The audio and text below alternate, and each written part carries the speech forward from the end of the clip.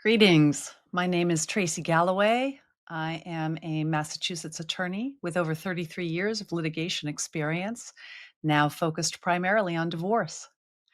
I emphasize the importance of educating clients on managing their communications, managing their finances, but also, very importantly, how to manage their thought process about marriage and about divorce and what that means for themselves and for their family. Today, we are going to discuss the initial thoughts and initial actions that you can take to protect yourself and to protect your family when you first think about divorce. 6 critical steps that you could take before taking action. So it's happened. You've had that first thought that you might not be able to fix it. It might not be salvageable. My marriage is not working out the way I expected or hoped. It's not going well, and I might need to think about a divorce. This is a very important moment. The number one reason why it's important is because you have privacy. If you can tolerate keeping it to yourself, having privacy and thinking about the next steps that you take can be of huge benefit to you. Your true individual self has a chance to take care of yourself and of your marriage, if there's any chance at all that it can be saved. If you just don't let guilt or other feelings interfere with you understanding your own mind and giving yourself some permission to breathe in this space. I want you to be able to think about these steps as we talk about them today and imagine to yourself, I can take time to think about these steps. I can take time to implement these steps. It is actually a big deal for a lot of people to think about the fact that they're entitled to the privacy of their own mind, that they're not required to talk to their spouse about what's going on in their mind. This is a new experience for many people. And I want to encourage you to believe that not only is it not mandatory that you share everything with your spouse, but that sometimes talking about something before it's the right time is actually self harm. Sometimes disclosure is harmful. It is not lying to not reveal every single thought you have. And in fact, people say things that they don't mean when they speak prematurely, if they haven't thought through a communication and aligned a communication with a decision. It's true that this requires some exercise and some strength of character, and I know you can do it. By the way, this doesn't mean don't talk to anybody. It just means don't necessarily talk to your spouse and maybe not to your family who might also be unable to contain themselves within privacy. So I would like you to take this time as freedom to explore what your choices are. Most of the time, we don't give ourselves enough time or room to explore opportunities or alternatives in all areas of our life, but certainly where marriage and divorce is concerned, this is a valuable time. So, here are our 6 key thinking points. The first and most important is the subject of safety. Safety first, write that down. This subject, by the way, is worthy of its own webinar, its own masterclass, because despite the fact that it's 2025, many people still don't consider themselves at risk for emotional, verbal, or physical abuse, even if an incident has happened in their marriage. Talking about why that's true is a fascinating subject, but it's not our focus today. So if you're thinking about needing a separation or a division of a marital partnership and you have a safety concern, I'm asking you to please proceed directly to talking to a therapist or an attorney. Actually, an attorney is someone with whom you would have a more protected communication than you would with a therapist. Attorney-client privilege communication, which is another subject for another masterclass, is more deeply protected than any conversation that you might have with a therapist. Records of a therapist are discoverable, meaning they can come out under certain circumstances in a divorce proceeding. So I'm going to go right ahead and recommend that you talk to an attorney if you have a safety issue. But I'm also going to talk a little bit about emotional safety. If the air in your home is infected with criticism, passive aggression, narcissism, excessive stress, you are literally under the influence of a toxic environment that can wear on your mental health and that can impact your decision making without you even knowing it. Obtaining privacy of where you live is going to be one of the first processes that I, as an attorney, would talk to you about. But I want you, more importantly, on your own to just think about what that might look like to have a home that is safe and that is free of toxicity. I'd like you to take 30 seconds before we move off of this subject to think about whether or not you have ever known anybody in your life who has been exposed to emotional or verbal or physical abuse and has underestimated it or underplayed it, and you have been more worried about them than they have. Just think about that and think about whether or not anybody else could feel that way about you. And then we're going to set this subject aside for right now. Second thing I'd like you to think about with regard to safety, do you know where your passport is? And if so, can you secure it? Same thing with jewelry and with any small family heirlooms. Before the subject is even raised, it is good to secure items that you might care more about than any other items. And of course, a passport is so much more than identification these days. So I'm suggesting that you identify those items and you move them from the house and put them somewhere safe with a family member, with a friend, in a safety deposit box, at work, if that is a safe place for you.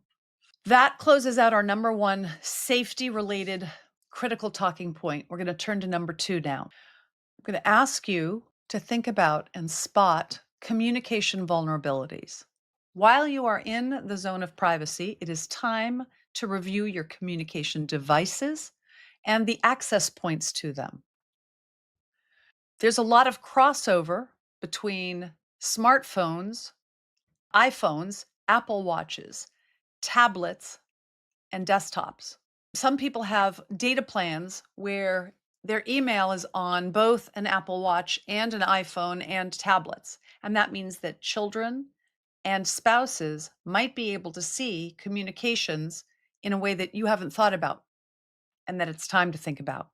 Who has what tablets, what laptops, what desktops, what watches, what crosses over to what?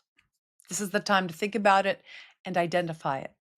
Beyond the devices themselves, in whose name are the accounts? Who carries the phone plan? Who has the account number, the username, and password for online access? Who receives the bill, electronically or by paper? Who pays the bill and how, from what account?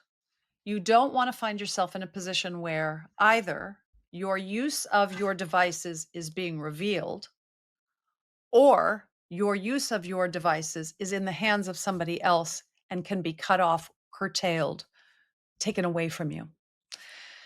In the most extreme cases, I've been known to ask my clients who have risks in this area to go and get an entirely new phone, an entirely new phone plan, and keep it private or secret, not available to one's spouse or one's family. It's very important that you be able to communicate at will whenever you need to about anything you need to and not have that interfered with or obstructed. If you have shared email or online accounts or passwords with your spouse, you might think about how you can ensure that if you were to call a therapist or an attorney and you didn't want your spouse to know about it, how you would effectuate that. Now is a good time to think about that and plan that in advance. So, our takeaway items on this subject are space, privacy, time to investigate, space to investigate, and time to communicate privately with anybody of your choosing. Next, spotting financial vulnerabilities. Here are some questions for you to think about. Do you know what you and your spouse, individually or together, owe? What are your liabilities? What are your credit cards? How much is your mortgage? Where is your income deposited? Who earns what and where does it go? Do you have joint accounts and individual accounts, or just a joint account, or just individual accounts? Do you know how much in investments you and your spouse have? Do you know where your money is invested? Same question about statements as I asked about phones and data plans. Where are the statements? Are they delivered in a paperless fashion or do they get mailed to the house? If they are delivered electronically, to whose email address are they delivered? What access do you have to accounts online? Who has the passwords? Where are they stored? Get funds on short notice. This is a huge issue. I don't want any of my clients not to have access to money on very short notice. That means that they can go to a bank and withdraw cash, and that means that they have a credit card in their own name. What is your current arrangement, and what arrangement do you need to make sure that you have full freedom, full independent movement, full decision making over your own self and over your children if needed? Becoming aware of your income, your expenses, your assets, and your liabilities is going to become very important in the early preparation stages of a divorce. So it is good to think about and start collecting information on these subjects while you have this zone of privacy. Now, I'm going to tell you, as an attorney, that different kinds of assets and income and investment money, they're all treated separately and differently by divorce courts. It's good for you to know in advance that cash versus equity in your home versus retirement funds, they're like apples and oranges and pineapple or grapes or other kinds of fruit. They're going to be treated differently. But knowing and being able to have access to this information and being able to have access to statements that show what you have, what you owe, what you own, these are very important preliminary steps that you can start to take for yourself. You want to make sure that you have access to both the data and also the proof, the documents, whether electronically or paper. Number 4 out of 6 of things I want you to be thinking about is taking a breath or two. If things start to get hot or inflamed, do you have a place to go where you can catch your breath if you need to for an afternoon or an overnight or a weekend? Do you have a family member or do you have a friend that you could visit nearby if you needed some space? Very simple and short one. Number 5,